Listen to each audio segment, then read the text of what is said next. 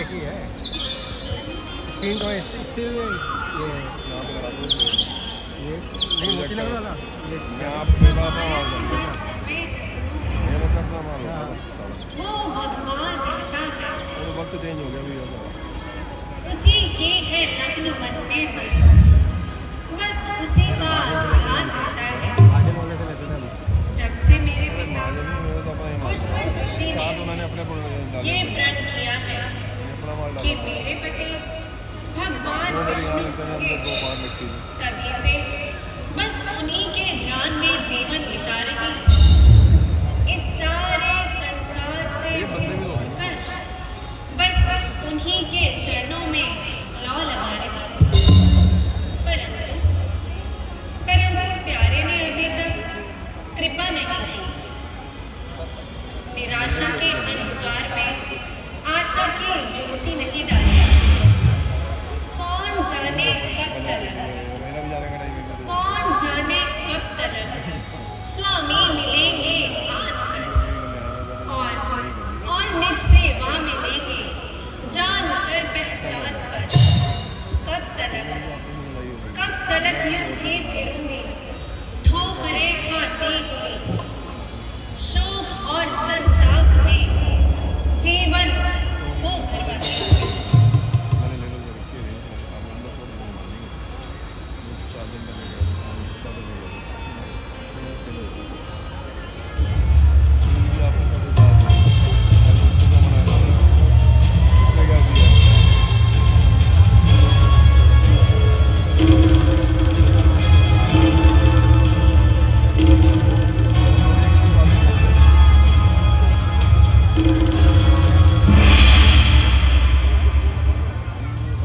निर्जन वन में शोभती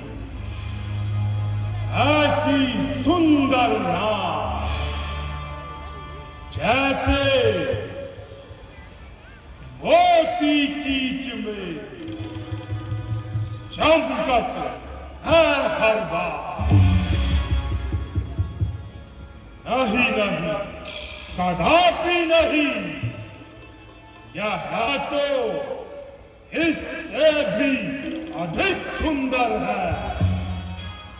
इस निर्जन स्थान में त्यों कामनी का वास, ज्यों अंधियारी नैन में चंद्र देव का हास। सुंदर मुख, विशाल नेत्र, घुंघराले भाव और मन को लुभाने वाला यह है अलौकिक रूप। बड़ी मीठी दाढ़ी के साथ चित्त पर प्रभाव डाल रही है। निसंदेह इतने सारे आकर्षण मिलकर दिल को चुराने की चेष्टा कर रहे हैं। जहां चल जाए तीखे बाण इन नैनों के तीरों के, नहीं कुछ काम दे सकते। वहां हथियार वीरों के नजर कैसे न हो संसार की इस आला पर। क्यों छावर चंद्र तारागण जब इस मुख की शोभा पर विचारों के उलझनों को छोड़िए और अपने आने का तात्पर्य प्रकट कीजिए। क्योंकि मैं नेगेटिव में ओ भूल गया, बड़ी चूक हुई। शायद नेगेटिव हाँ देवी, तुम कौन हो? मैं पुष्पज ऋषि की कन्या, मार्ग से भटकी अनाथ बालिका, संसार की बिसराई दीन जीवन, क्या अब तक तुम्हारा पानी ग्रहण नहीं हुआ? सदा से आज तक जिसका कि सब वेदों ने गुण गाया, जो विष्णु विश्व का और लोक का आधार कहलाया, जिसे 14 भुवन और 3 युग भगवान कहते हैं, उसी को बस मेरा जीवन, मेरा पति प्राण कहते हैं। कल्पना!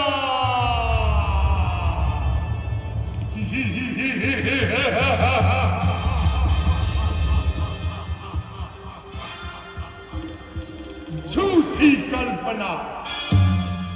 कृष्णा के पीछे दौड़ने वाली मृगी क्या धूप को मुट्ठी में बंद करने का इरादा कर रही है? भोली बालिका क्या उस कल्पित आकार को प्रेम करके आशाओं का स्वप्न देख रही है? यह कसौटी होगी पूरी किस तरह विश्वास की? आस है कागज के फूलों से तुझे सुभाष की, तुझको तड़पाती रहेगी सर्वदा आशा तेरी। हो नहीं सकती पूरी यह कभी इच्छा तेरी। या ना हो, परंतु मैं अपने विचारों को कदापि नहीं त्याग सकती। जिसे एक बार अपना पति मान लिया, उससे मुख कदापि नहीं मोड़ सकती। ये गाढ़ा रंग है, ये गाढ़ा रंग है जो चढ़ गया हृदय के दर्पण पर। ये सच्ची कामना है पार जो उतरेगी साधन पर। मरूं इस ध्यान में बेशक, मरण एक बार होता है। सती नारी का जीवन में परन एक बार होता है। निसंदेह तू अपने ध्यान में मग्न हो रही है, इसीलिए इस अंधे विश्वास के कारण जीवन का तत्व खो रही है।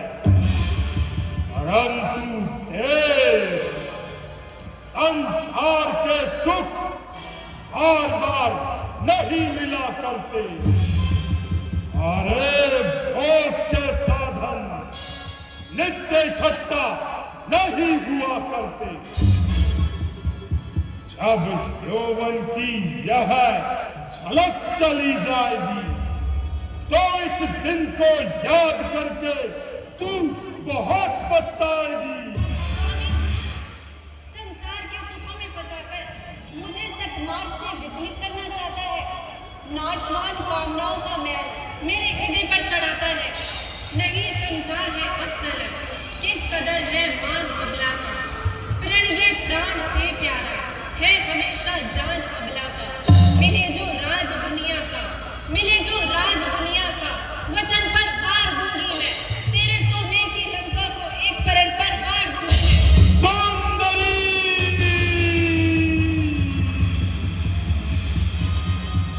होश कर, आंखें खोल। तेरे ज्ञान पर काहे का पर्दा पड़ा है? तुझे दिखाई नहीं देता तेरे सामने कौन खड़ा है? तेरी कोमल जुबान से शब्द जो कड़वे निकलते हैं, ये तीखे बाण हैं जो प्रेम की गर्दन पर चलते हैं। समय आया है ज्ञानी पाप के रास्ते पे चलते हैं। अनोखी बात है जो वज्र भी मुट्ठी में गलते हैं। समझा अतिमंद अभागिन बाला, मैं तेरे कहने का तात्पर्य अब समझा। तू अपनी कुबुद्धि शैलाचार है। इसीलिए रावण का कहना मानने से तुझे इनकार है। भूल क्यों मेरे क्रोध की प्रचंड अग्नि में कूदकर अपने आप को स्वाहा करना चाहती है। जो कार्य मैं अपनी इच्छा से नहीं करना चाहता, उसी को करने के लिए मुझे विवश बनाती है। क्रोध को मेरे समझकर खेलती है खेल तू। अरे बोल कर कर वचन, अग्नि में डाले तेल तू। ऐठ कर रावण से जग में कौन बचने पाएगा। देखता हूं कौन अब तुझे बचाने आएगा।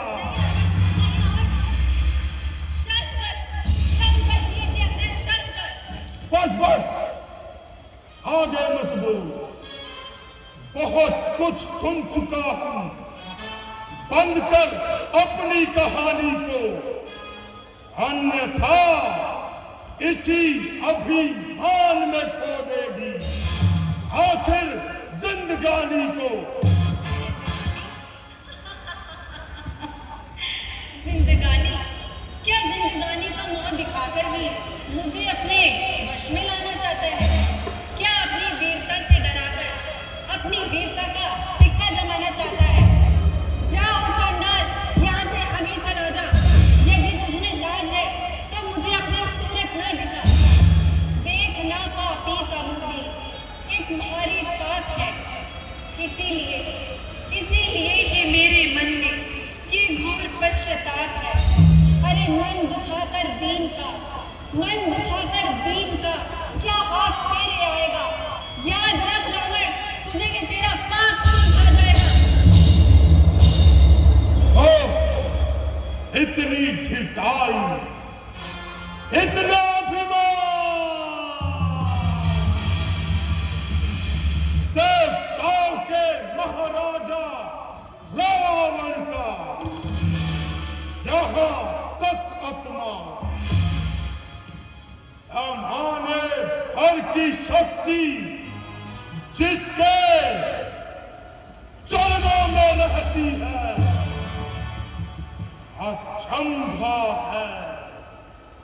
अचंभा है उसी योद्धा पर एक अबला नार हंसती है। जिसे अबला समझता है वो एक बलवान शक्ति है। जलाकर भस्म कर देगी ये वो ज्वाला दहकती है। बस अब और नहीं सुना जाता।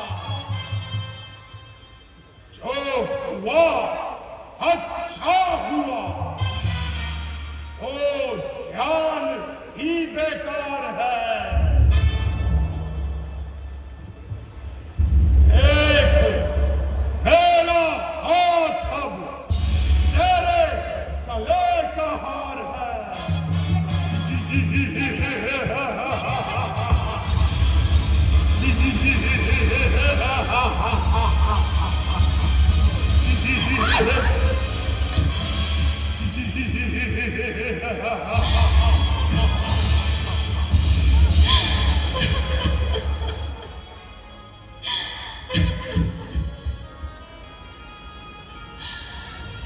अरे अन्याय, ये तूने क्या किया? तेरे छूने से मेरा ये शरीर के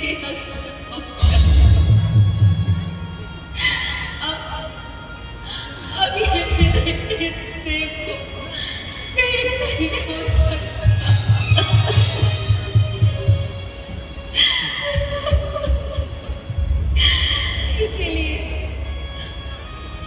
इसीलिए त्याग कर तेरी मौत का कारण बनूंगी। सुन रावण, मैं वेदवती अपने समस्त तपोबल को एकत्रित करके तुझे ये श्राप देती हूँ। खड़ा है सामने मेरे जो तू विकराल की सूरत, जनकपुर से उठूंगी बन के तेरे काल की मूरत।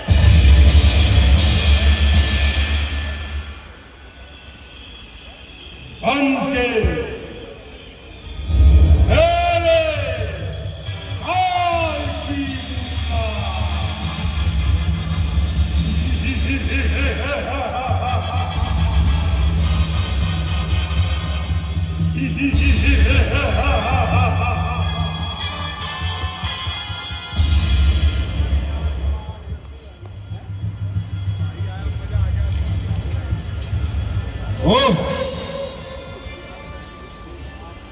वेदवती तो अग्नि में प्रवेश कर गई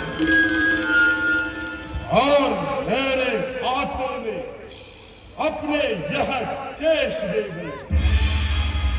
मैं अभी इन केशों को पृथ्वी पर फेंक देता हूं।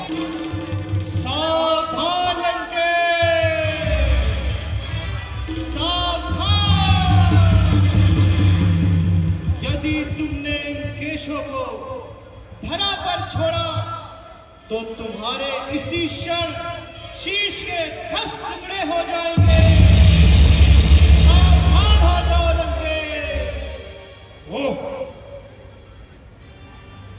हाँ तो मैं अब इन केशों को पृथ्वी पर फेंक सकता हूं और हाँ ही इनको हाथों में लेकर रह सकता हूं।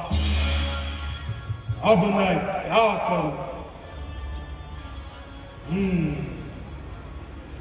अब मैं क्या करूं?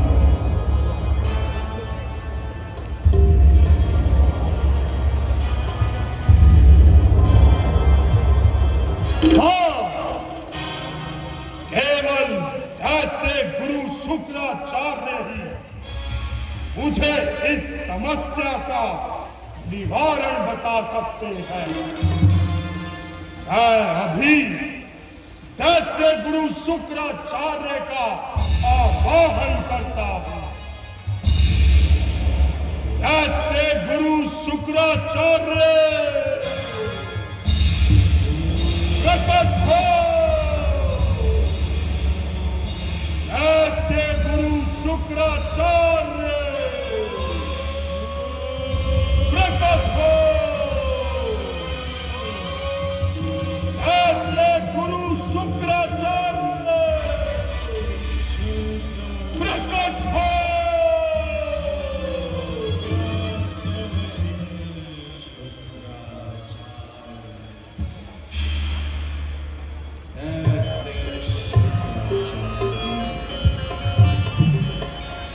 प्रणाम गुरुदेव।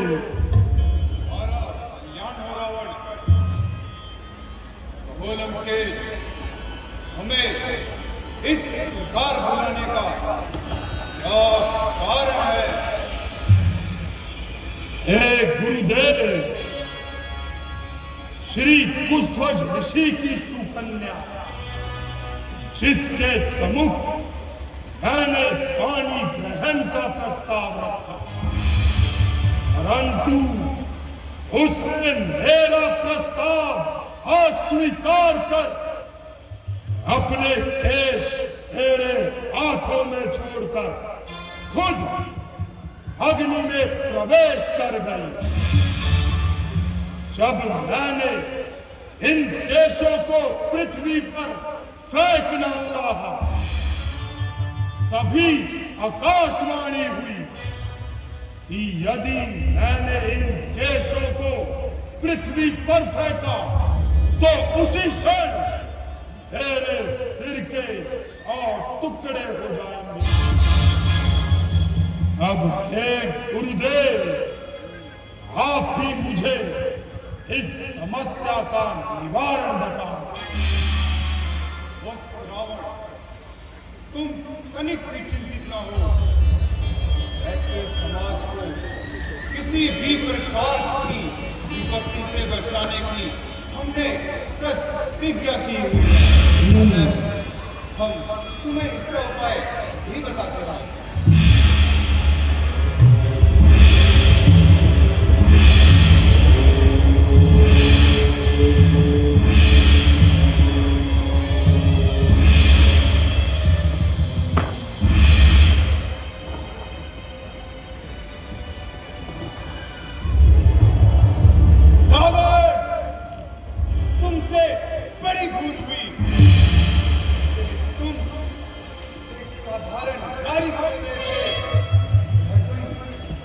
साधारण नारी नहीं,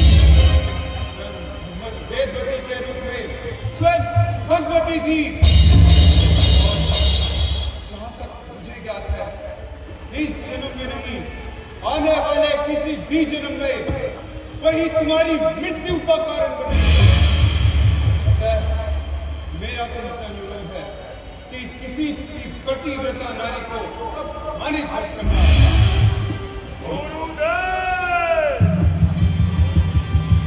मैंने आपको यहाँ उपदेश देने के लिए नहीं बुलाया है। आप केवल और केवल मुझे इस समस्या का निवारण बताएं। ठीक है, तो सुनो।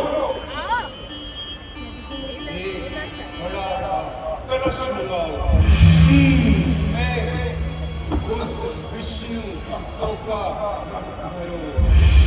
हाँ, रक्त, वो भी उस विष्णु भक्तों का। और इन केशों को उसमें डाल दो, इससे यह पृथ्वी को स्पर्श नहीं करेंगे और तुम्हारी मृत्यु टल जाएगी। याद रहे, कलश ऐसे स्थान को दबाना जहां का राजा निसंतान हो। परंतु हे गुरुदेव, ऐसा कौन सा राज्य है राजा निसंतान है?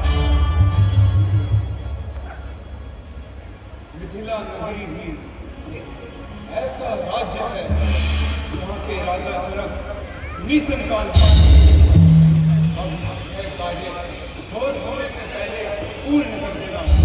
जो आज्ञा गुरुदेव।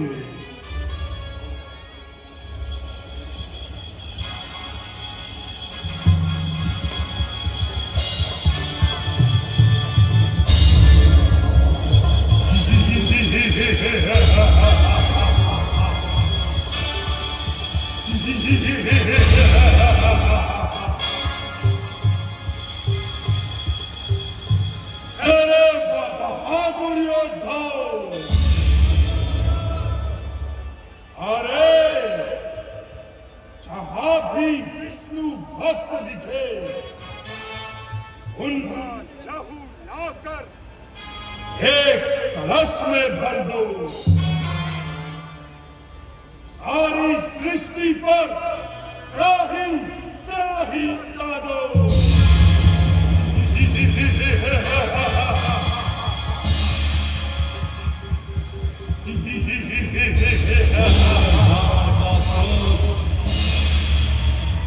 रावण का अत्याचार पृथ्वी पर इस तरह